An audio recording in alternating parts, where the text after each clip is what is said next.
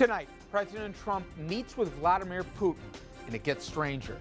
He then denies, with the Russian premier shoulder to shoulder, that Russia interfered with our election, even though Trump's own national security team tells him he unequivocally did. A performance that even top Republicans are calling disgraceful. Then we talk with former Assistant Secretary of State P.J. Crowley about the consequences of this summit meeting and the damage already done by Trump's trip to Europe and meeting with NATO. Also, back home, the Skeller's corruption retrial in the hands of a jury. There are complications, though, that we report tonight with the jurors themselves. We're at the courthouse keeping an eye on how this will all play out. Good evening, everyone, and welcome to RFL. I am Richard French live. I got to tell you, I come here many nights thinking that I've never gone this place before. I don't recognize the subjects we're talking about well. Today took it to a whole new level. It was a summit meeting unlike any other that I or any host of any program can recall. Maybe if you go to a third world country, they can tell you what this looks like, but I've never seen it. This was surreal, and that is putting it politely. So to that end, we talk about what happens today. President Trump, he met one-on-one with Putin in Finland, and for more than 2 hours behind closed doors, apparently with no one in there but just two interpreters, two people who owe to be a fly on the wall. Then the two leaders emerged with their staff for a couple of hours. When they came out, they gave a joint press conference. Many of us thought this would be pro forma, but boy, were we wrong. Jaws still left on the floor. We're going to play extended sound from that press conference. We're also going to get reaction from key officials and from a foreign policy expert. But it all began with what else but a tweet from President Trump. And the day was all downhill from there. Before the meeting, President Trump tweeting, "Our relationship with Russia has never been worse, thanks to," get this, "many years of U.S. foolishness and stupidity, and now the rigged witch hunt," or rigged. He went on to say, unequivocally, everyone, "The problems with Russia are not Russia's doing, but our own." He tore down America. He went after the Mueller probe, of course, for the state of the relationship with Russia. He also blamed the previous administration. Nothing to do with Russian election meddling, their takeover of other nations, their assassinations on both foreign soil and domestic. None of that. He blamed America. Then, after this bizarre meeting, given a chance to clean up the tweet, he decided to say this. "Our relationship has never been worse than it is now. However, that changed as of about 4 hours ago." I really believe that. Because again, which one of us were begging for things to get better with Russia? But I digress. Nothing to see here, he says. I fixed a relationship in just one meeting. So again, it begs the question, what needed fixing? Certainly, the week leading up to the summit did. Now, I wanted to put President Trump's meeting with Vladimir Putin in context and try to explain how just bizarre this entire day and trip has been. It comes, again, just days after Trump lectured, then alienated our generational NATO allies and NATO itself during meetings in Brussels that can only be described as an anti-U.S. interest. Trump then went on to say that Germany is totally controlled by Russia because, in his words, they get a lot of natural gas from the Russians. He spent more time complaining about other nations' financial commitments than U.S. commitments to supporting an alliance that has been around for 70 years. That followed the G7 meeting, where Trump said he wanted Russia to be allowed back into that group of the world's largest economies. I want to remind you, Russia was booted after it invaded Ukraine and annexed Crimea. Every G7 country said no way to that idea. Again, Article 5. Now, to make matters worse, listen to what Trump said about Europe during an interview over the weekend on CBS. Who's your biggest competitor, your biggest foe globally right now? Well, I think we have a lot of foes. I think the European Union is a foe, what they do to us in trade. Now, you wouldn't think of the European Union, but they're a foe. Russia's a foe in certain respects. China's a foe economically, certainly. They're a foe. But that doesn't mean they're bad. It doesn't mean anything. It means that they're competitors. So the number one foe from America? The Europeans. Now, things have gotten so bad, Russian TV, which is state-controlled, doing a victory lap saying Trump is doing Russia's bidding by putting a wedge between the U.S. and Europe. And that's the Russian government-sanctioned television channel. Another head-scratcher for you, Trump's own national security team. Now, if you think they're all in the bag for him, maybe many are on many things. But on this one, I don't know how you could be, but at least they're telling them the reality on the ground. They completely disagree with his view when it came to Russian meddling and hacking. Here's Director of National Intelligence, a Trump appointee, Dan Coats, comparing what's going on now to the time right before 9/11. It was in the months prior to September 2001 when, according to then CIA Director George Tenet, the system was blinking red. And here we are nearly two decades later, and I'm here to say the warning lights are blinking red. Today, the digital infrastructure that serves this country is literally under attack. Every day, foreign actors, the worst offenders being Russia, China, Iran, and North Korea, every day they are penetrating our digital infrastructure and conducting a range of cyber intrusions and attacks against targets in the United States.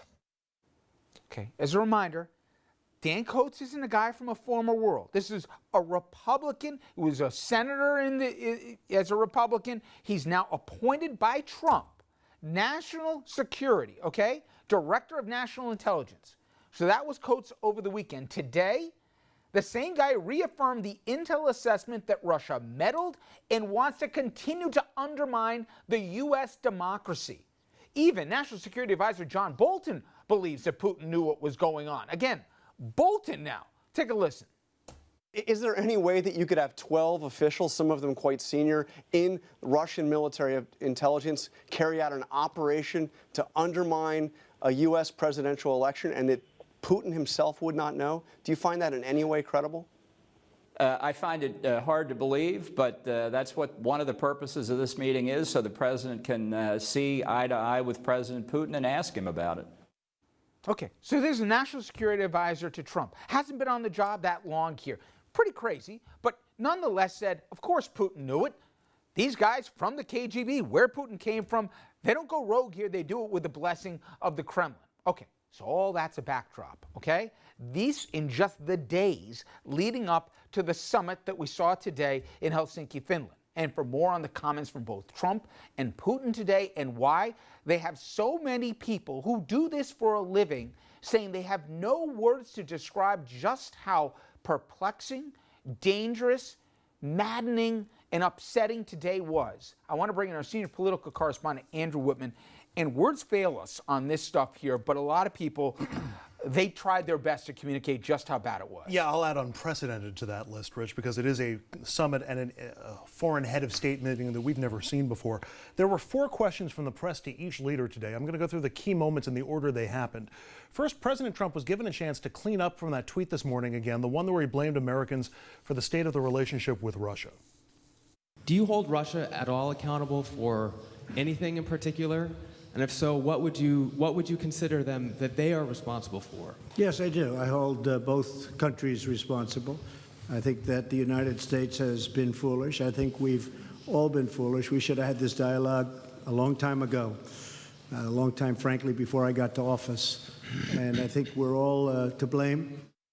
So everybody's to blame for the state of the U.S.-Russia relationship. And then as part of that same answer to that same question, President Trump attacked the Mueller investigation, and he did so right in front of Vladimir Putin. I think that the probe is a disaster for our country. I think it's kept us apart. It's kept us separated. There was no collusion at all. Everybody knows it.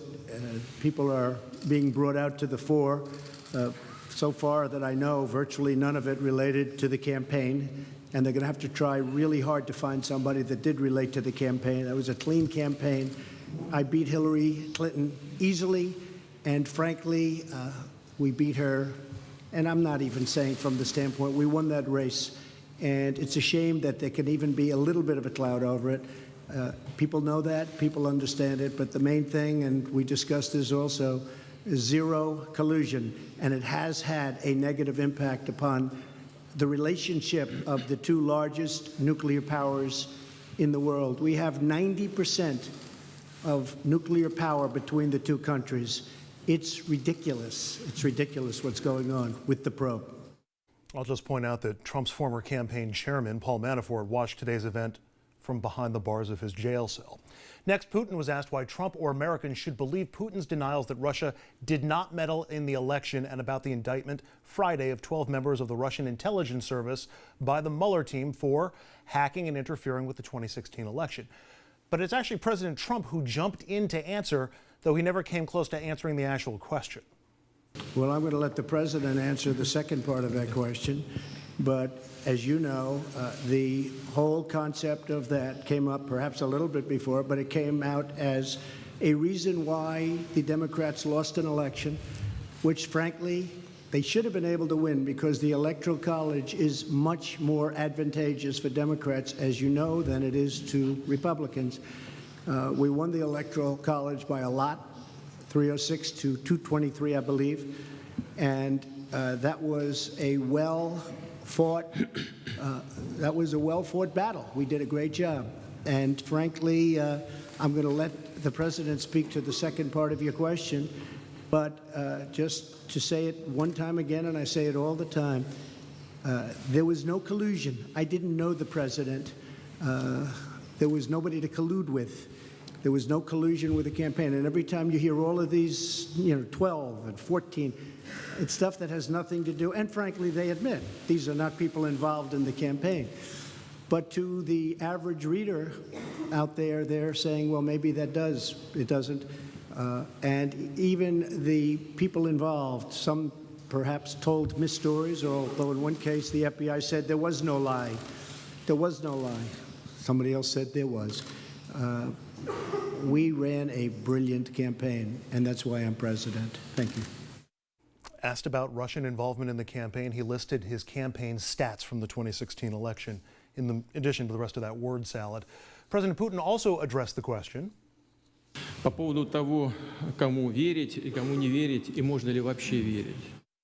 To save time, I'll summarize Putin's response because it was in Russian. He asked what makes anyone think I trust Trump or he trusts me. He said both nations were seeking points of contact to help reconcile some issues, that there were no facts or evidence that prove collusion, and that the truth can only be determined, and this is from Vladimir Putin, in a court of law. Putin made no mention of Trump's 2016 strategy or of Hillary Clinton. He's the only one on the stage who can say that. On Friday's indictments, Putin said, I don't know the full extent of the situation. I will look into it. He added if a formal request is sent, Russia, can interview the people named and send the results back to the U.S. And he offered for Mueller's team to go to Russia and ask questions. If that is, the Russians can also ask questions of Mueller's team. Don't see that happening. Then came a strongly worded question about meddling from the Associated Press. Just now, President Putin denied having anything to do with the election interference in 2016. Every U.S. intelligence agency has concluded that Russia did. My first question for you, sir, is who do you believe? My second question is, would you now, with the whole world watching, tell President Putin, would you denounce what happened in 2016, and would you warn him to never do it again? That was the question. Trump began his response off topic and on Hillary Clinton's email server. He mentioned that server about 5 or 6 times. He also said something about a Pakistani man who worked with the DNC. And he mentioned Hillary's emails again twice. But then perhaps the most unbelievable comments of the day from President Trump. All I can do is ask the question. My people came to me, Dan Coates came to me, and some others. They said they think it's Russia. I have President Putin. He just said it's not Russia. I will say this, I don't see any reason why it would be. I have confidence in both parties. So I have great confidence in my intelligence people, but I will tell you that President Putin was extremely strong and powerful in his denial today. And what he did is an incredible offer. He offered to have the people working on the case come and work with their investigators with respect to the 12 people. I think that's an incredible offer. So again, all I can do is ask whether he meddled. I mean, you run the intelligence services in the United States. You could certainly get some more detailed answers. He picked Putin's word over the Director of National Intelligence. I trust my Dan coats, but I also trust Putin. No reason I can think of that it would be Russia. I have great confidence in Russia and Putin's answer, and he gave that answer in a very strong and powerful way, so I believe it. The President of the United States on foreign soil took the word of a dictator over American law enforcement and American intelligence agents, all appointed, by the way, by this president. And he put America down and blamed America on foreign soil to a brutal dictator and said it's our fault what's wrong with Russia-America relations. Not to mention trashing his domestic political opponents, trashing Democrats along the way at various points as well, trashing the media. I mean, it's one thing you want to take care of family business within the family. Doing it on foreign soil, unseemly. Not as dangerous as these other things, but yeah, it was a clean sweep. Okay, there was tons of reaction, and a little bit later in the program, Andrew and I will get again the remedies. But with Andrew, I want to share with you a few of the comments that stood out. And Andrew, they run the gamut, and we don't have time for it, but these are all Republicans or people who served, in a non-political position. And we start off with John Brennan, who, unless you watch Fox, I guess, had impeccable credentials when it came to national security and intelligence. Rises and exceeds the threshold of high crimes and misdemeanors, which of course is what's written in the Constitution as the standard for impeachment. And then the last line is also informative. Nothing short of treasonous. Republican patriots, where are you? And that really is a good question. What is the reaction of Republicans going to be? Paul Ryan issued a statement that basically said there's no question that Russia interfered with the election and continues to undermine democracy around the world. The president must appreciate that Russia is not our ally. There was more. John McCain, and there you see the no moral equivalence between the United States and Russia, remains hostile to our basic values and ideals. John McCain was, in one of the most strongly worded statements I can recall, one of the most disgraceful performances by an American president in memory, inflicted by the damage inflicted Trump's naivete, egotism, false equivalence, and sympathy for autocrats was a tragic mistake. The summit proved that Trump was not only unable but unwilling to stand up to Putin, seemed to be speaking from the same script. The president made a conscious choice to defend a tyrant against the fair questions of a free press so that Putin can spew propaganda and lies to the world. I could keep going with this statement. Every line was like McCain lighting his hair on fire. And by the way, I easily can count on more than one hand the amount of national Republicans who came out condemning. We're also hearing the White House refused any statements because they were at a loss for how to answer these questions. There's open-ended questions as to members of the intelligence apparatus of this administration and people within the cabinet as to what to do next, to resign, to contradict the president, to go quietly. We're going to talk about how this plays out, but I will tell you, and I'm not one of these guys who's into the body language and everything else, Andrew, but it was pathetic today. Our president not only was capitulating to everything that Putin wanted, but compared to the guy who talks tough, that he's going to fire everybody and everything else, that he'll put the thumb in the eye of whoever he wants, he was doing Putin's bidding so nakedly and so in almost a groveling manner. It was embarrassing. Now, whether you voted for him or not, he's our president. And he worked against American interests. His whole platform, remember, of America First? Today, America wasn't even second to Russia. I don't know what it was.